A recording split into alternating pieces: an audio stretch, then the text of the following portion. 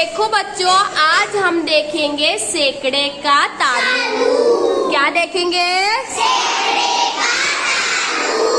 और हम एक मोतियों की माला के जरिए सैकड़े का तारुफ देखेंगे। मैंने आपको कहा था कि हर बच्चे ने मोतियों की माला बनाकर लानी है। तो आप बताओ जरा, आपने अपनी मोतियों की माला? बहुत अच्छा, सब बच्चों ने बनाई है ना। हाँ, अब आपने क्या करना है, अपनी मोती की माला में कितने मोती हैं ये मुझे गिनकर बताना है। चलो आप गिनकर बताओ।